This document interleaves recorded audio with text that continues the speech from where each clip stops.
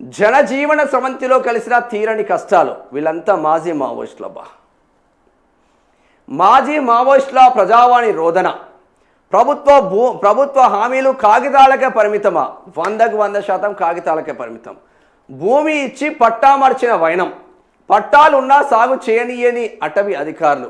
మంచిర్యాల కలెక్టరేట్లో 29 మంది మావోయిస్టుల ఫిర్యాదు. కలెక్టర్కు ఫిర్యాదు చేసిండ్ల. భూమి ఇచ్చిండ్లు, పట్టా ఇవ్వాలి. పట్టా ఇచ్చిండ్లు, అక్కడ పోయి సాగు చేసుకుందామంటే అటవీ భూమి కాబట్టి అటవీ అధికారులు మళ్ళీ మీ మీద కేసులు అయితే, మీరు మావోయిస్టులు అయితే ఎవరైతే మళ్ళీ మీ పైన కేసులు అయితే అని మళ్ళీ చెప్తా ఉన్నారు. మరి ఎటు పోతుందో చూద్దాం వార్త. ఆయుధాలు వీడి జనజీవన స్రవంతిలో కలిసి గౌరవంగా బతకాలనుకున్న మాజీ మావోయిస్టులకు కష్టాలు వీడడం లేదు. ప్రభుత్వం ప్రకటించిన పునరావాస ప్యాకేజీలు సక్రమంగా అమలు కాకపోవడంతో వారు నిరుద్యోగులుగా కడు పేదరికంలో మగ్గుతున్నారు. తాజాగా మంచిర్యాల జిల్లాకు చెందిన 29 మంది మాజీ మావోయిస్టులు తమకు జరిగిన అన్యాయంపై జిల్లా కలెక్టరేట్లో నిర్వహించిన ప్రజావాణిలో లిఖితపూర్వకంగా ఫిర్యాదు చేయడం కలకలం రేపుతుంది. ఆ భూములపై అటవీ శాఖ కొరడా. ప్రభుత్వ నిబంధనల ప్రకారం లొంగిపోయిన మావోయిస్టులకు 5 ఎకరాల భూమి, ఇంటి స్థలం ఇవ్వాల్సి ఉంది. అయితే అధికారుల నిర్లక్ష్యం వల్ల వీరు కోర్టుల చుట్టూ తిరగాల్సి వస్తుంది. మందమరికి చెందిన ఖ్యాతం రవికుమార్ సీకాస మాజీ ఆర్గనైజర్కు 2008లో 5 ఎకరాల భూమి ఇచ్చి పట్టా పాసు పుస్తకాలు జారీ చేశారు. రైతు బంధు కూడా అందుతుంది. కానీ 2019 నుంచి అటవీ అధికారులు ఎంటర్ అయ్యారు. గమ్మతుంటుంది చూడు మీరు. ఇక మనం చెప్పుడేమో ఒక రేంజ్లో చెప్తామే. ఇక్కడ ఉంది. ఆ భూమి తమదేనంటూ కేసులు పెట్టడంతో ఆయన కోర్టుల చుట్టూ తిరుగుతున్నారు. గాదే రాములకు పట్టా ఇచ్చిన అది అటవీ భూమి కావడంతో అధికారులు అడ్డుకుంటున్నారు. లలిత అనే మాజీ దళ సభ్యురాలికి భూమి చూపించిన పట్టా ఇవ్వకపోవడంతో అది ఇతరుల కబ్జాలోకి వెళ్ళిపోయింది. చెన్నూరు మండలం అస్నాద్కు చెందిన రావుల లక్ష్మికి 5 ఎకరాల భూమి ఇచ్చిన పట్టా జారీ చేయలేదు. దీంతో అటవీ అధికారులు ఆ భూమిని స్వాధీనం చేసుకునేందుకు ప్రయత్నించారు. ఈ సమస్యకు ఆమె మంత్రి గడ్డం వివేకానంద దృష్టికి తీసుకెళ్లారు. దిక్కు తోచని స్థితిలో మాజీ సభ్యులు.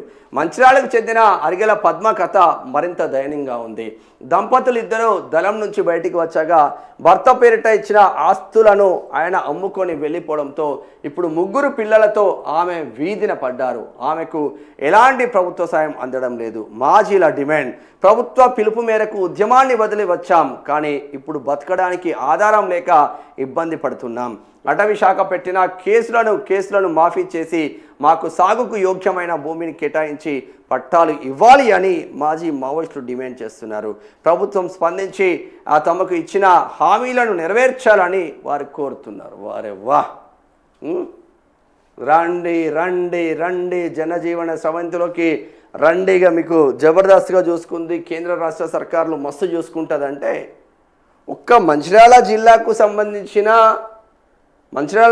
సంబంధించిన వీళ్ళకే ఇంత పెద్ద ఎత్తున 29 మంది మాజీ మావోయిస్టులకు ఇచ్చిన భూములు ఎక్కడ రానాయని అడుగుతున్నారు. వాళ్ళు గొంతమ్మ కోరికలు కోరట్లేదు.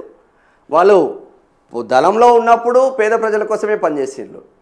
బయటికి వచ్చిన తర్వాత ఇంత పేదలకు సాయం చేయాలంటే వాళ్లకు కనీసం సాయం చేసే పరిస్థితిలో ఎవరు లేరు. మరి ప్రభుత్వాలు సాయం అందించి ఇగో మేము లెటర్లు ఇచ్చినాం, 5 ఎకరాల భూమి ఇచ్చినాం అంటే ఈ లెటర్ ఫోటోలకు మాత్రమే పరిమితం. గ్రౌండ్ రియాలిటీ దరిద్రంగా ఉంది.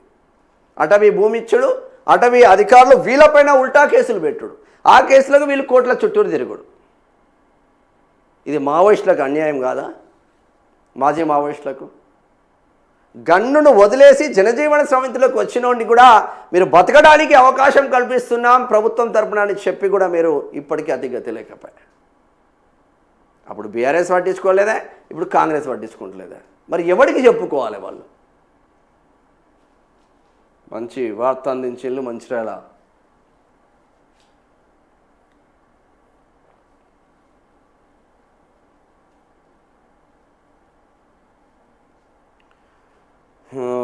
ఏప్రిల్ 17 తేజస్వి సూర్య వ్యాఖ్యలపై పోలీసుల యాక్షన్ సాధ్యమా? ఏం పోలీసుల యాక్షన్ పెడతారా? దాంట్లోకి వెళ్ళి తీసే